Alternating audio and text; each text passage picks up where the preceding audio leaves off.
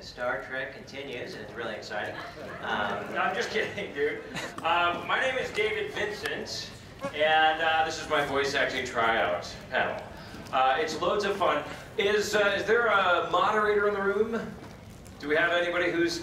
I just need to know if we have a hard out at 7 o'clock. Because we may go a little bit longer if we can, just because this panel goes by really fast, and we got a nice full house in here. So I guess we don't. I'm just gonna keep going, and I'll push my luck. Oh, great. Okay. Fantastic. Perfect. Okay, so we have a little bit of wiggle room. Okay, so real quick, my name is David Vincent. I'm a voice actor. I'm based out of Los Angeles, California.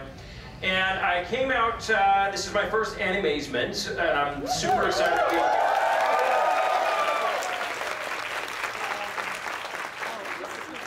I've been voice acting professionally for about 18 years now, and thank you. So it's a big deal because I've actually sustained a career in this, and it's a crazy career.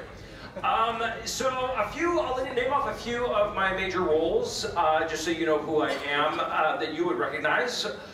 You could hear me in animes, you could hear me as Grim Jow from Bleach. You can hear me in, yes, Gilgamesh in the Fate series, Fate Stay Night.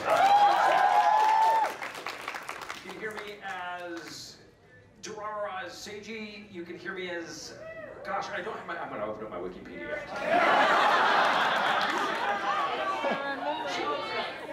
JoJo's Bizarre Adventure, yes. JoJo's Bizarre Adventure, you can hear me as narrator. Kill la Kill, gosh! You can hear me as the talking sailor uniform in Senketsu Kill la Kill.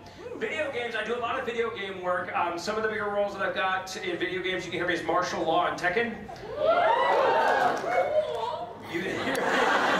You can hear me as a T-Hawk in Street Fighter. There's something else, and I don't know if it's been announced yet, but ooh, I want to tell you and I can't. Jin Kisaragi in Hakumen and Blaze Blue. And Robin in Super Smash Bros. And Fire Emblem. So at any rate, I've been voice acting for a long time.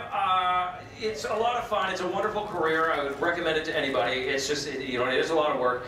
But what I like to do with this panel is, I know, I do like to torture you, and I'm going to. But what I like to do is, I'll start off just real brief. I'll take a couple of quick questions, but then we're going to get started.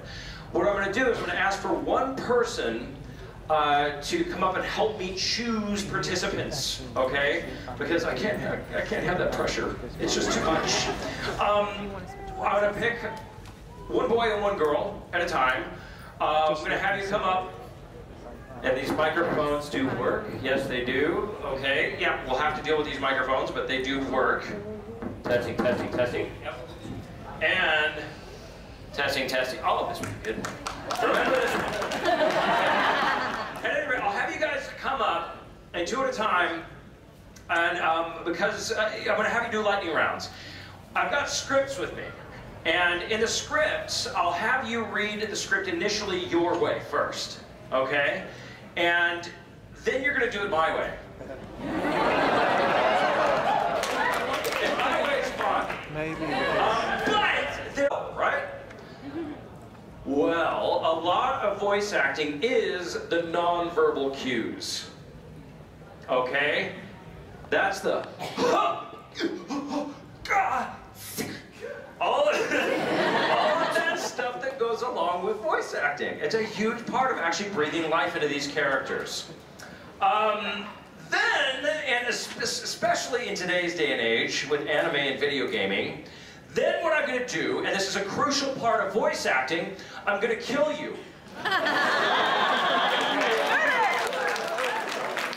I'm going to kill you because we have to have a good death yell. And we're going to do death yells. Yes. It would be my honor to kill you. Okay, now that's something that I've never heard before. Just had her say, please kill me. Do that.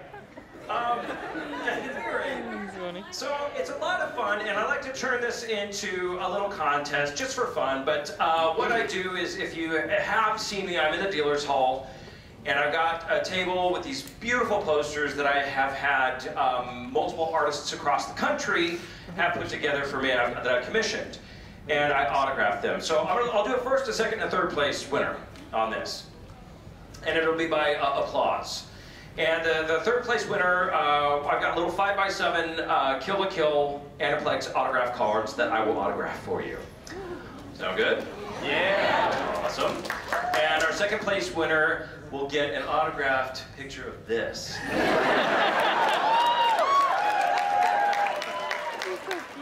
then our first place winner, I've got those beautiful posters, will get their choice of a beautiful poster autographed of the character of their choice that I have.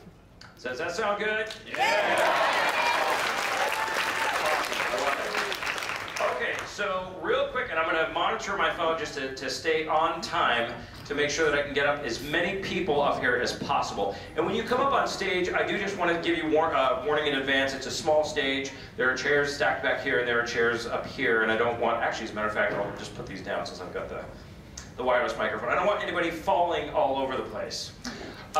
So when you come up, what I'm going to ask you to do is I will have one person on this magically awesome microphone, and then probably another person on whichever one has got the best sound quality. Or I might actually just give one of you guys this, okay? Because I'm loud, and I'm sure all of you guys can hear me back there, right? Yeah. Okay. All right, so real quick, let's start off. I'll take a few questions to get things started, and then we'll start having some fun. Does that sound good? Yeah! Awesome. All right, yes, you, sir.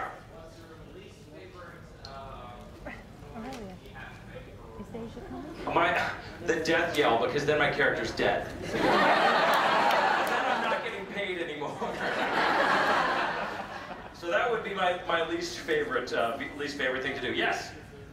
How do you start off in voice acting? Like, what's the best way to start off like voice acting? You know, there's no one way to do it. I got my start on stage in New York, and there was a voiceover agent in the audience who saw me and gave me her card and said, you need to call me.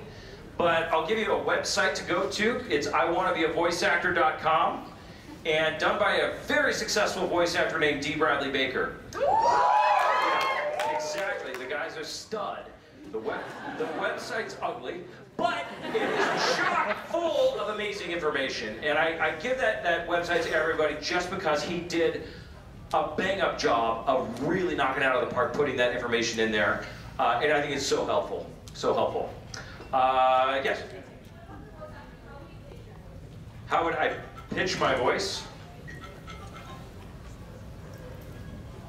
Oh, how do you pitch your voice to like a producer?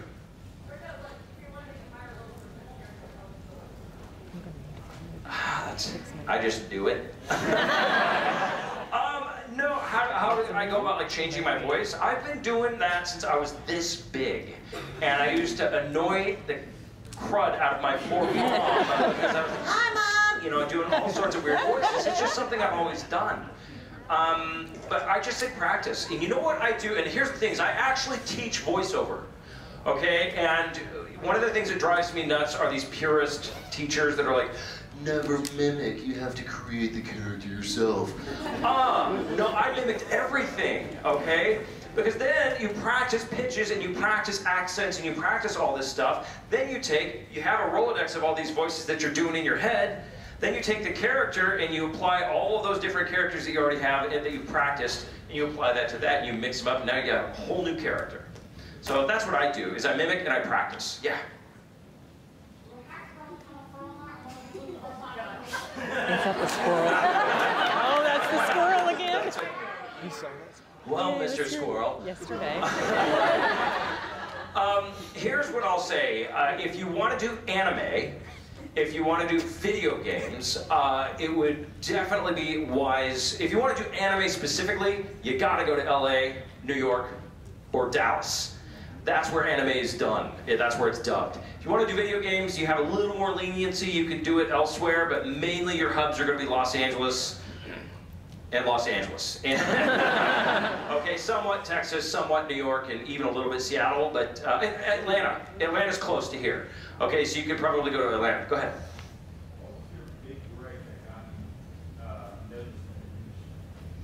My big break that got me noticed in the industry. My big break that got me noticed in the industry would be just them seeing my face constantly throughout the acting pool in Los Angeles. I networked well, I got to know people, they got to know me, and I worked constantly. But as far as like what generated a fan base for me, is that what you're asking specifically? Probably Grimjow would be the first one that kind of put me on the radar here at anime conventions. Would be probably a safe bet. Richter Belmont from Castlevania was another one, probably, that people noticed. And then Time Crisis, I did Time Crisis. I did Giorgio Bruno. And then Vaughn of the Dawn, Vaughn from Gun Sword. That definitely got some people noticing who I was in this arena. So, yes.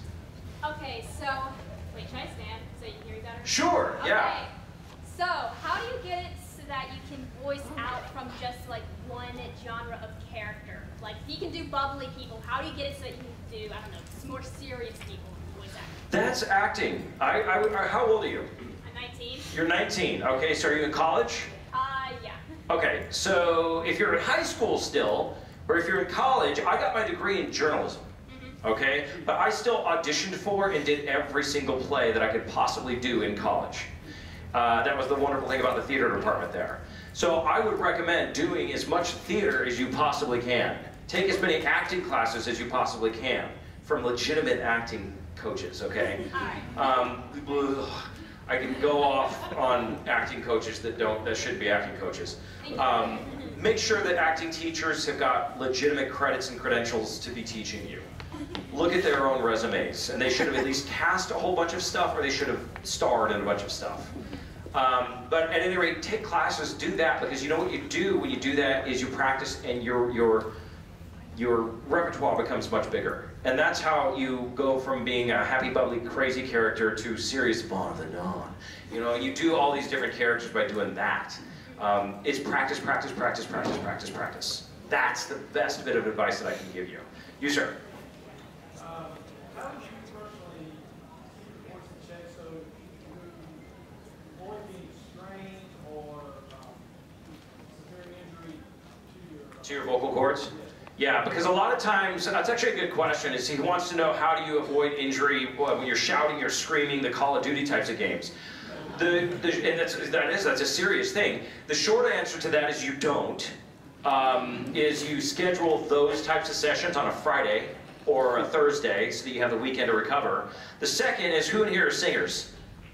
If you're a singer, you know when I'm going to tell you to use your head voice, right? Where you come out up and over the top as opposed to, huh, right? Come out up and over the top, and I can scream for 4 hours. If I scream like bloody murder, like without doing that, 15 minutes, I'm done. And then my director will never hire me again. So learn how to use your head voice. Super important. Yeah? What's the strangest thing you've had to record for a project? The strangest thing that I've had to record for a project. I can't really, was that? The iron.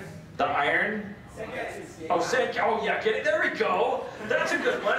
Okay, so for those of you who haven't seen Kill la Kill,